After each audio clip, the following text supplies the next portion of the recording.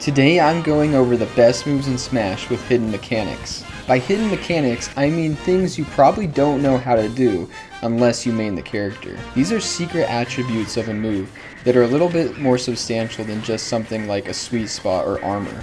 I guarantee you there's at least one of these tricks you don't know how to do, and I'm about to teach you how to do it right now.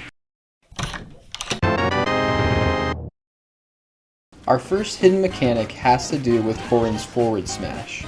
You probably already know that Corrin's forward smash is a long spike that shoots out that can be angled up and down with a sweet spot at the very tip. But what you might not know is that while you're charging up this move, Corrin's chainsaw sword has an active hitbox.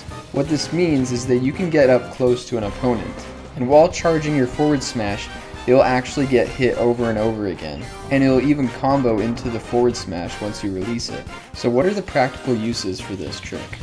Well, for one, it's a great ledge trapping tool. If you start charging it right at the edge of the stage when an opponent tries to use normal getup, they'll get caught in the attack. Or you can start charging it from roll distance, which will cover both roll and normal getup, since you can release the forward smash to hit someone using normal getup. The other situation where this technique is incredibly useful is when you start charging it on a shielded opponent to either shield poke them or shield break them. If you only hit them with the very edge of the hitbox, they may be able to roll and escape. But if you're so close to them that you're basically point blank, there's no way that they can escape this. It's pretty much checkmate. They're either going to get shield poked or shield broken. Our next move with a hidden mechanic is Wii Fit Side B, the soccer ball. Usually you hit it with your head, but did you know you can actually make it fall to the ground and hit it with any move? This is super nice because it means you can launch the ball at any angle, including low to the ground to snuff out grounded approaches. So how is this performed? Well, it's surprisingly simple. All you need to do is press side B and then immediately press the shield button. This will cancel Wii Fit's headbutt and the ball will fall to the floor. It'll bounce a couple of times, allowing you to hit it with any move that you like. It's better to hit it sooner rather than later though, because it will disappear after a couple seconds. Some moves even will hit it behind you, which is perfect for a surprise attack. Or give it a try in edge guarding situations. Next up is Mega Man's Leaf Shield. When you press down B, a ring of leaves will circle around Mega Man. The leaves have a lingering active hitbox for the entire duration of the move. If you try pressing left or right on the control stick, you'll send the ring of leaves flying in that direction. But if you've played on Elite Smash, I guarantee you've fought a Mega Man with the leaf shield following him everywhere he goes, hitting you continuously. So what's the secret to this ridiculously effective trick? Well, I've been playing Smash Ultimate for 6 years, since 2018 when it first released. And somehow I didn't know how to do this until the making of this video. But it's actually insanely simple. You just have to hold the B button. While the leaf shield is active, you won't be able to input any other moves, but you will be able to run around the stage, jump, and even get in some teabagging. Mega Man will release the leaf shield once the timer for the move runs out, or if you release the B button at any time. You can even send it flying in the air, or go off stage with it for an edge guard. If you manage to land every single hit of it on an opponent, it can deal up to 19% damage. So you definitely don't want to sleep on this move. And while the leaves are circling around you, they can even block weak projectiles. Next up is Ness's Yo-Yo. Ness's up smash and down smash both use his yo-yo. Similar to Corrin's forward smash, these are some of the only moves in the entire game that have an active hitbox while you charge them. And not only that, but if you get close to an edge, the yo-yo will actually dangle over the side. So what's the practical use for this? Well, it's actually an amazing edge guarding tool against any character with a vulnerable recovery who's trying to go for the ledge. If Ness is facing the ledge, try charging an up smash, or if his back is to the ledge, charge a down smash. Then all you have to do is wait for the opponent to start getting hit by your attack and then release the smash attack. You may have trouble hitting this if you're trying to do it against an opponent who has a safe recovery that can snap to ledge.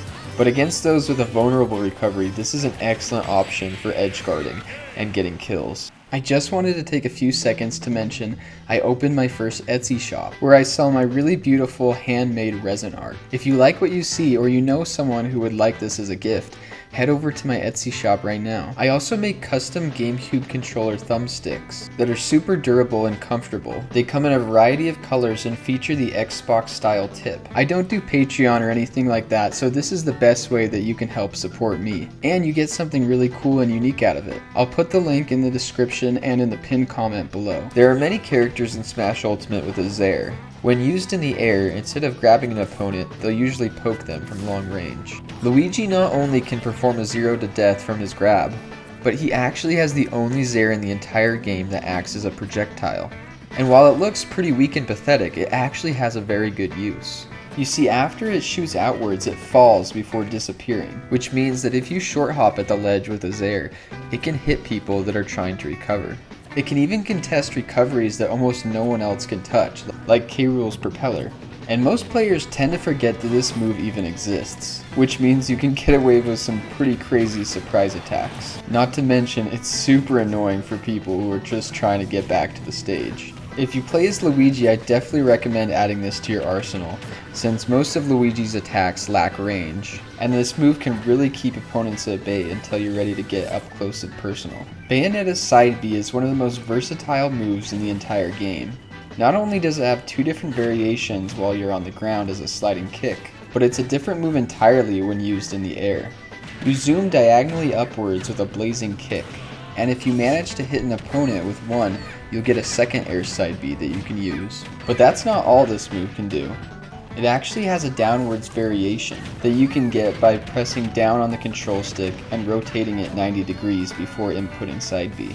This move will pop characters upwards and allow for combos that wouldn't be possible otherwise. Let's talk about Terry for a second, because this guy actually has multiple moves with a hidden mechanic. You see, many of Terry's A moves can actually be cancelled into special moves. By inputting a special immediately after one of these moves, it greatly reduces its end lag and opens up some crazy combo potential. Some examples of this are the classic jab jab into down B, forward tilt into crack shoot, and rising nair into side B. But that's definitely not all, you can really get creative with it. At low percents, you can even combo forward tilt into his Buster Wolf Go move, if you're fast enough with the command input. And this is very unique, there's almost no other characters in Smash Ultimate that can cancel out of the end lag of their moves. Sakurai has mostly stayed away from this mechanic after seeing the ridiculous amount of destruction Shine can cause in Melee when players cancel out of its end lag with jump and wave dash. Snake is a character that thrives on traps and setups, and one of his most potent tools for these is his C4. As you probably know, you can place it anywhere on the stage and then press down B again to detonate it, but there's much more that this move can do. If you get up close to an opponent and press down B, you can actually stick the C4 to them, then choose when to blow them up at any time. They can't avoid this if they shield or air dodge at the right time, but as long as you delay the detonation, you can usually catch them off guard. You can even stick it to opponents who are shielding, and combo into the explosion with a rocket or something else. You can also grab a stuck opponent and throw them before detonating the explosion. But you do need to be careful because the C4 can transfer back onto Snake, and you might end up blowing yourself up. But that actually can be used to your advantage when you're trying to recover. If you haven't already placed your C4 down, while you're doing up B, you can actually press down B to drop one below you and down B again to blow yourself up. With this trick, you can basically recover from anywhere, and it's really easy to do. You just have to make sure that you're flying straight up and not holding to the side when you drop and detonate the C4. Next up, let's talk about Shulk's backslash. Like the name suggests, if you hit the back of an opponent who's facing away from you, this move will deal critical damage. This is indicated by a yellow flash that will appear when you hit their back with this move. But there's actually another hidden mechanic that not many people know about. If you've ever tried to recover to the stage with this move, you've probably realized that Shulk will not grab ledge, he'll just fall right past it and die. But there actually is a way to use backslash as a recovery move. It's another one of those things that's just super simple, but you never know how to do it unless someone pointed it out to you. All you have to do is start the move from high up, and then Shulk will cancel out of it and snap to ledge once you get close. This is a really nice recovery option, because it allows you to hit the person who's trying to ledge trap you, and most people won't expect it. If you're wondering how high up you have to be for this to work, in my testing it seemed like as long as Shulk's feet were above the lower platforms of Battlefield, he would snap to the ledge every time.